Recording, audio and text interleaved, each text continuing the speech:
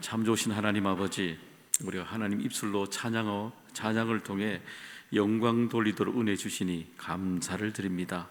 하나님, 오늘 이곳에서 살아계신 하나님을 만나는 예배가 되게 하여 주옵소서. 예수님의 이름으로 기도드리옵나이다. 아멘.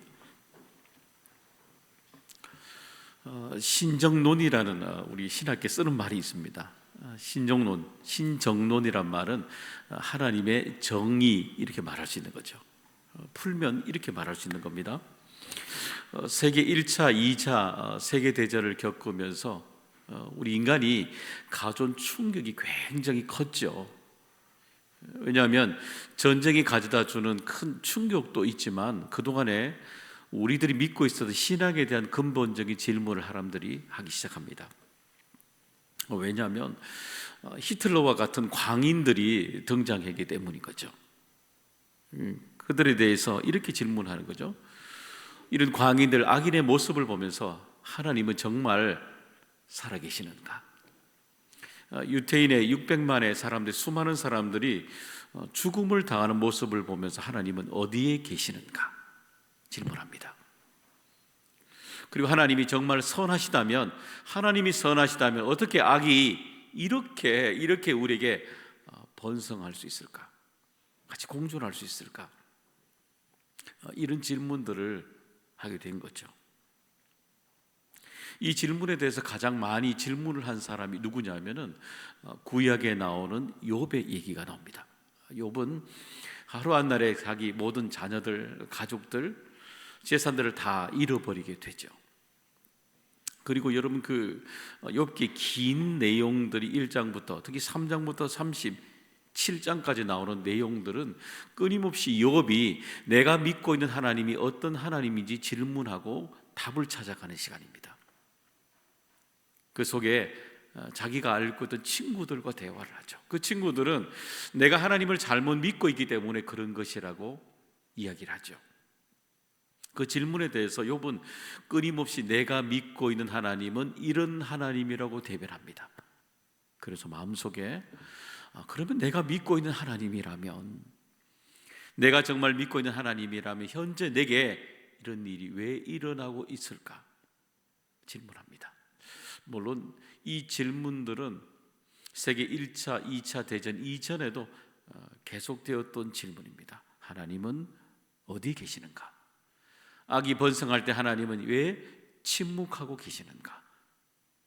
그 전에도 질문했던 질문입니다. 그리고 지금도 우리도 이 질문 때문에 고민하고 기도하고 있지 않습니까? 그래서 욥은 하나님 앞에 그 질문하면서 긴 인내 시간을 흘러가게 되었던 것입니다. 여러분, 우리도 오늘도 욥처럼 똑같이 질문하죠. 우리의 삶에 어려움이 계속해서 반복되기 때문입니다.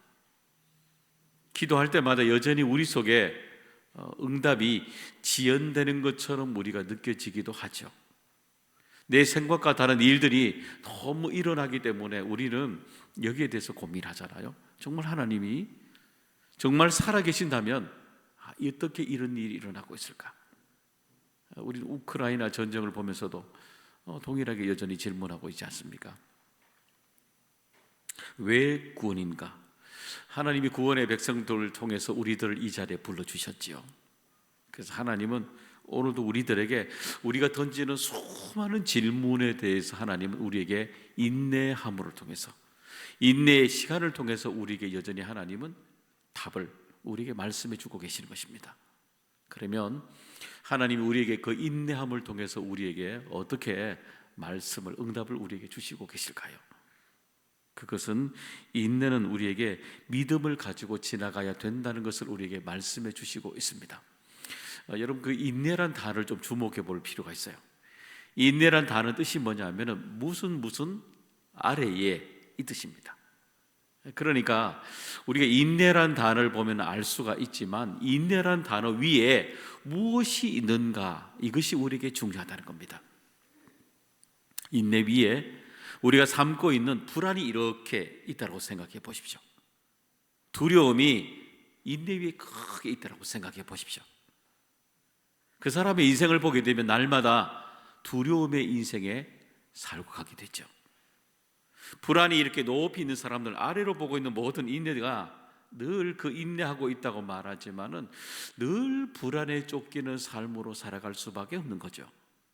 결국 우리 인생의 위에 어떤 것이 우리 아래에 인내하고 살아가는가, 인내보다도 그 위에 어떤 것이 우리를 바라보고 있는가, 우리에게 참 중요한 질문이 되는 것입니다. 그것이 결국 우리의 삶에 영향력을 끼치고 있잖아요. 왜냐하면 우리는 늘 인내하며 살아가지 않습니까? 그 위에 있는 것들이 어떤 모습들이 우리에게 인내의 삶에 요구하고 있는가 질문이 되는 겁니다. 우리는 그 마태복음 14장에 보면 우리가 알고 있는 예수님의 이적 두 가지를 우리는 찾아볼 수가 있습니다. 하나는 뭐냐면 오병이어의 기적이고, 하나는 그 밑에 보면 물 위를 걸어오시는 예수님의 기적을 볼 수가 있죠.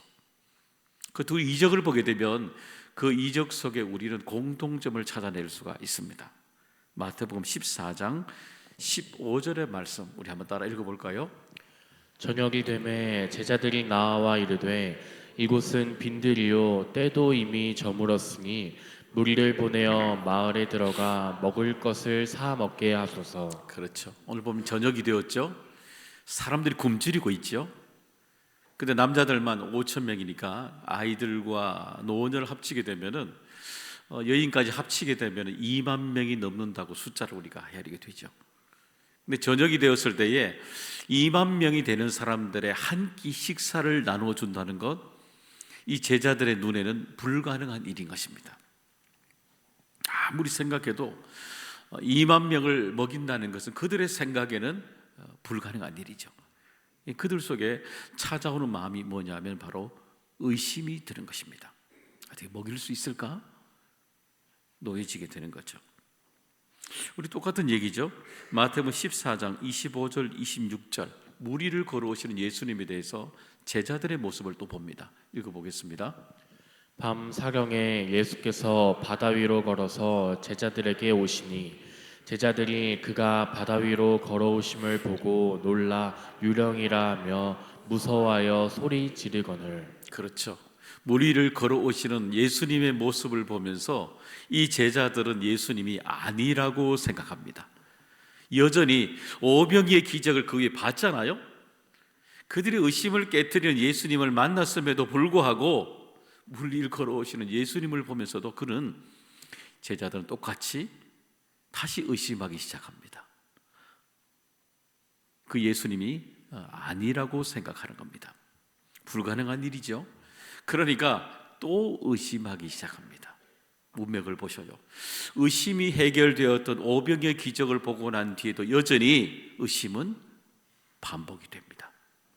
왜 이렇게 반복이 될까요?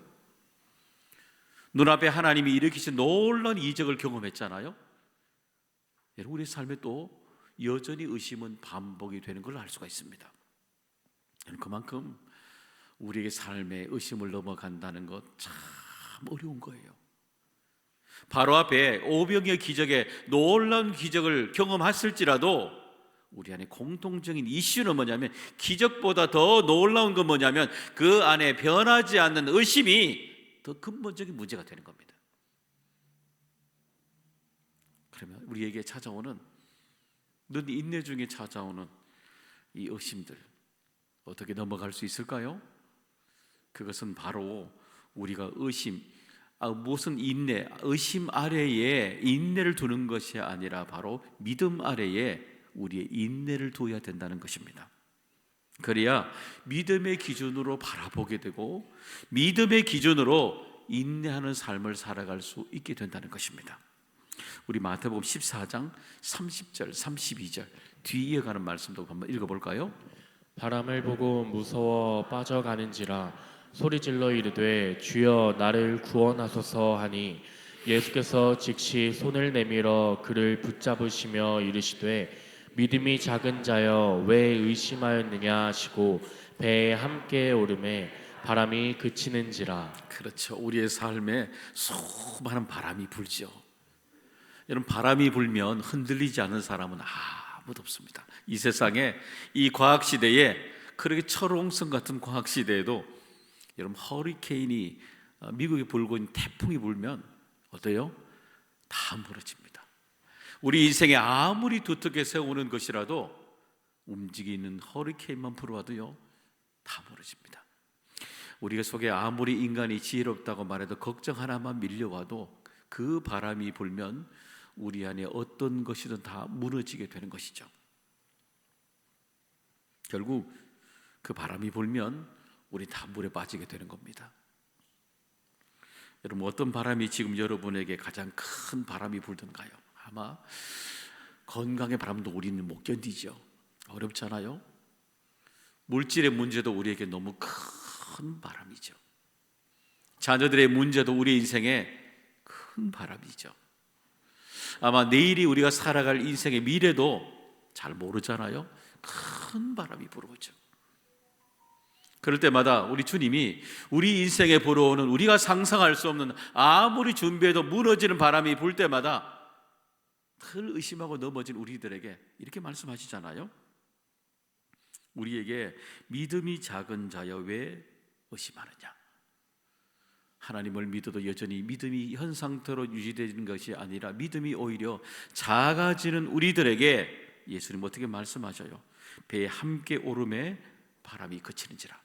우리의 삶의 믿음으로 예수님을 우리의 삶에 드릴 때에 우리에게 찾아오는 바람이 그쳐진다는 것을 우리에게 말씀해 주고 있는 것입니다. 믿음으로 바꾸라는 것입니다. 그 믿음이 우리의 삶에 그 다음을 이어가게 만드는 것입니다. 수많은 바람 뒤에 물 위를 잔잔케 하시는 그 다음에 하나님의 일들, 믿음으로 넘어갔을 때 우리의 삶에 불가능으로 보이는 모든 일들을 오병이어 기적으로 보게 만드시는 하나님의 일들이 믿음 안에 있을 때에 우리의 인내를 하나님께서 사용하신다고 말씀하는 겁니다. 그래 풍성한 은혜 우리 모두에게 주시기를 소망합니다. 두 번째는 뭐냐면은 인내를 통해서 우리에게 하나님은 성숙을 향해 나가라고 말씀하십니다. 우리 4절의 말씀 한번 읽어볼까요? 인내를 온전히 이루라. 이는 너희로 온전하고 구비하여 조금도 부족함이 없게 하려 함이라. 네, 여기 보게 되면 단어 한 뜻을 볼까요? 너희로 온전하게 구비하여, 이 말입니다. 이 말은 뭐냐면은 온전히 부족함이 없다는 말이잖아요. 채워나간다는 뜻도 있고 또 다른 의미의 방향을 보게 되면 목적을 이루어간다 이 뜻입니다. 그리고 하나님이 우리에게 부족함이 없게 성숙한 그리스도인, 그건 뭐냐면 부족함이 없도록 끊임없이 우리는 그 목적을 향해서 나아가는 믿음의 사람이 되어라, 성숙을 우리에게 말씀해 주고 있는 것입니다. 여러분, 그래서 우리 믿음 그리스도인들은 항상 이 인내 시간을 지나가야 되는 것입니다. 인내 시간을 지나가면서 우리 성숙의 시간을 향해서 나아가게 되는 것입니다. 여러분, 그 조정민 목사님, 그분이 책을 많이 쓰셔요. 그 책에 보게 되면은 무엇이 성숙인가 라는 그 책에 한 토막에 나오는 이야기 됩니다. 시간이 지나면 이렇게 질문하죠. 저자는 시간이 지나가면 모든 것이 좋아질까요? 성숙에 관한 얘기죠. 시간이 지나가면 모든 것이 좋아질까요? 라고 질문합니다. 어떻습니까? 여러분, 시간이 지나가면 모든 것이 다 좋아집니까? 어떤 사람은 예전에 우리가 시간이 약이라 말하기도 하죠. 물론 그 부분을 전혀 우리가 부정할 수는 없죠. 어떻습니까? 시간이 지나가면 여러분 모든 것이 잘 좋아지던가요? 저는 아니라고 말합니다. 그 얘기를 이렇게 하죠. 여러분, 냉장고에 이렇게 음식을 넣어두게 되면, 계속 보관하게 되면 음식이 좋은 음식이 되던가요? 여러분, 먹을 수 있는 음식이 되던가요? 아니잖아요. 다 버려지게 되지 않습니까? 그리고 우리 안에 시간이 지난다고 해서 가만히 있는다고 해서 우리에게 성숙이 일어나는 것은 아니다 라고 우리 얘기합니다. 그 뒷부분에 우리에게 조금 아픈 지적의 대목을 하나 이렇게 이야기합니다. 그 많은 신앙생활 동안에 헌금도 하고 예배도 열심히 드려요. 그렇게 많은 설교를 그렇게 듣고 살아가요. 그런데 왜 믿음의 그리스도인들은 왜 그렇게 삶의 변화가 그렇게 일어나지 않을까라고 질문합니다. 그렇게 예배를 드리고 말씀을 듣고 헌신한다고 그렇게 많이 인생안을 보낸 것 같은데 왜 삶에 성숙은 일어나지 않을까? 참 아픈 대목이잖아요. 저자는 우리에게 이렇게 한 번 더 아픈 이야기를 합니다. 수많은 사람들이 여전히 종교 생활을 하고 살아가고 있다는 겁니다. 우리가 믿는 것은 종교가 아니잖아요. 지표를 보면 종교 생활이지만 우리 안에 짊어진 얘기로 정확하게 이야기한다면 우리는 종교 생활을 살아가는 사람들이 아니라 우리는 하나뿐인 진리를 믿고 살아가는 사람들인 겁니다. 혹시 어떻습니까? 여러분, 종교 생활에 빠져서 혹시 의미 없이 형식적으로 시간이 지날수록 믿음이 더 바리새인 되어 가고 있지는 않으십니까? 그럼 어떻게 하면 성숙으로 우리는 이어져 가게 될까요? 그것은 우리에게 하나님이 우리를 부르신, 이해되지 않는 수많은 삶의 자리에서 우리를 부르신 성숙의 자리로 우리는 나아가야 된다는 것입니다. 4절의 말씀 우리 한번 읽어볼까요? 다시 한번 읽어보겠습니다. 이에 아브람이 여호와의 말씀을 따라갔고 롯도 그와 함께 갔으며 아브람이 하란을 떠날 때에 75세였더라. 4절의 말씀 제가 그랬나요? 넘어가 버렸네. 다시 한번 4절 말씀, 그냥 4절 말씀, 본문 말씀 한 번 더 읽어볼까요, 우리 수사님? 읽어보겠습니다. 인내를 온전히 이루라. 이는 너희로 온전하고 구비하여 조금도 부족함이 없게 하려 함이라. 그렇죠. 너희로 온전하고 구비하여 그럽니다. 목적이라 그랬죠. 우리 안에 성숙으로 나간다는 결국 하나님이 우리에게 주신 목적을, 하나님이 우리를 이끌어가는 목적이 무엇인가를 분명히 회복해야 된다는 것입니다. 여러분, 종종 우리가 신앙생활하면서 목적을 잃어버릴 때가 참 많습니다. 질문해 볼까요? 여러분, 이 자리에 왜 계십니까? 이 자리에 왜 예배 드리고 계십니까? 질문해 봐야죠. 여러분, 우리가 행복한 사람들은 행복을 잃어버린 사람들보다 정확하게 행복이 무엇인지 잘 모릅니다. 집밥, 늘 먹는 집밥이지만 잘 모릅니다. 반찬 없다고 얘기하잖아요. 그러나 군부대에서 휴가를 나오는 군부대 나오는 우리 군 장병들에게는 집밥이 어떤 의미인지를 알고 있죠. 늘 인생의 고향 속에 살고 있는 사람들은 고향의 의미를 잘 모릅니다. 그런데 고향을 떠나 멀리 있는 사람들, 그들이 한번 고향을 찾아갈 때 고향이 그들에게 인생에 무슨 의미가 있는지를 알게 되죠. 여러분, 종종 우린 이곳에 한가운데 있잖아요. 정말 예배 드리고 말씀을 듣고 신앙생활하며 수많은 사회계 봉사를 끊임없이 하고 있잖아요. 목적이 무엇입니까? 왜 예배를 드리고 있습니까? 왜 설교 말씀을 듣고 계십니까? 왜 끊임없이 여러분 봉사하고 살아가고 계십니까? 근본적인 목적 여러분 모르십니까? 종종 우리가 잃어버리고 살아가잖아요. 그렇기 때문에 하나님 끊임없이 불러주셨던 아브라함에게, 그들에게 잊지 말라고 성숙을 달려가는 그 아브라함에게 하나님이 이렇게 방법을 가르쳐 주십니다. 창세기 12장 4절 말씀 읽어봅니다. 이에 아브람이 여호와의 말씀을 따라갔고 롯도 그와 함께 갔으며 아브람이 하란을 떠날 때에 75세였더라. 그렇죠. 그 아브라함에게 무엇을 따라가라 말씀하고 있습니까? 말씀을 따라가라는 겁니다. 하나님을 믿는 백성들은 하나님이 주신 말씀을 따라 살아가야 목적을 잃어버리지 않는다는 것입니다. 다른 것이 아니에요. 우리 신앙생활하면서 우리 주변에 세상에서 우리에게 질문하는 것들은 세상을 향해서 대답하기 전에 그 질문을 우리는 하나님의 말씀을 통해서 들어야 되는 것입니다. 말씀이 우리에게 어떻게 말씀하시는지 그 말씀을 들어야 되는 것입니다. 그 말씀이 가르치는 말씀을 따라서 말씀을 따라가야 되는 것입니다. 여러분, 이 세계에 변하지 않는 진리가 뭡니까? 세상에 아무리 초과학이 발달해도 남과 북은 변하지가 않습니다. 북극과 남극은 변하지가 않습니다. 잠수함이, 행성이 아무리 여러분 발달해도 북극과 남극은 변하지가 않습니다.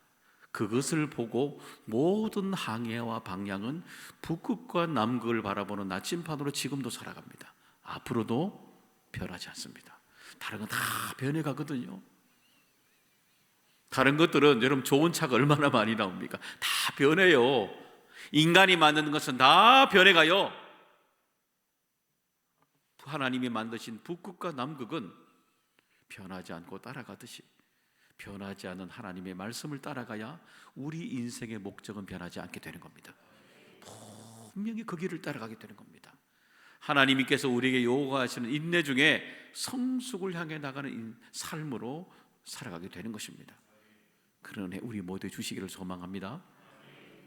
세 번째는 인내는 우리에게 구원의 은혜가 마지막에 있음을 가리키고 있습니다. 여러분, 악인이 왜 번성할까? 하나님이 꼭 침묵하시는 것 같습니다. 악인의 모든 모습들 지금도 허용하고 계실까? 여전히 우리 질문을 많이 합니다. 근데 거기 보게 되면 하나님은 우리들에게 구속사적인 관점에서 우리에게 성경은 이미 하나님 관점에서는 이미 우리에게 여기에 대답을 해주셨습니다. 베드로 말씀, 우리 후서 말씀 한번 읽어볼까요? 읽어보겠습니다. 또 우리 주의 오래 참으심이 구원이 될 줄로 여기라. 우리가 사랑하는 형제 바울도 그 받은 지혜대로 너희에게 이같이 썼고. 그렇죠. 또 우리 주님의 오래 참으심이 무엇이 된다고요? 구원이 될 줄로 여기라. 지금만 문제가 아니에요. 여러분, 베드로가 썼던 그때도 로마에 폭정이 있어서 수많은 믿은 사람들이 수천 명이 수만 명이 순교를 했거든요. 지금만 이 일이 일어난 것이 아닙니다.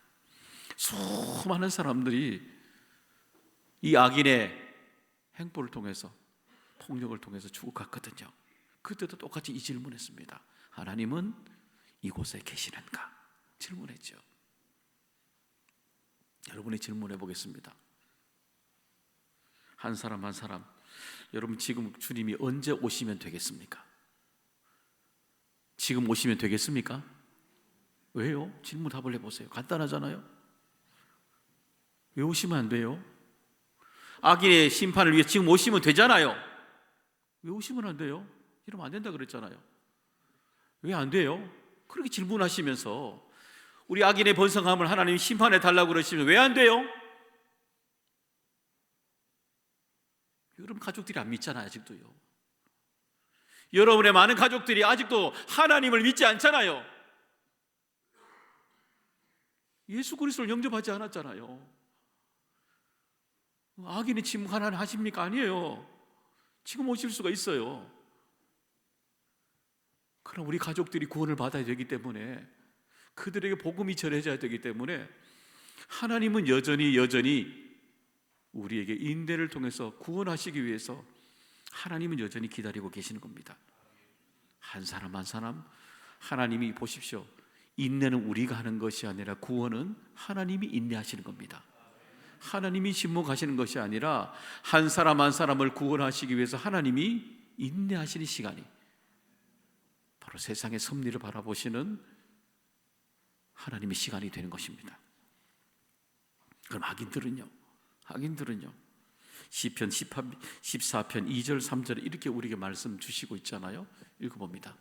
여호와께서 하늘에서 인생을 굽어 살피사 지각이 있어 하나님을 찾는 자가 있는가 보려 하신즉 다 치우쳐 함께 더러운 자가 되고 선을 행하는 자가 없으니 하나도 없도다. 그렇죠. 하나님 보실 때는요, 그 죄가 크고 작은만 있을 뿐이지 모든 사람들이 다 악인이라는 겁니다.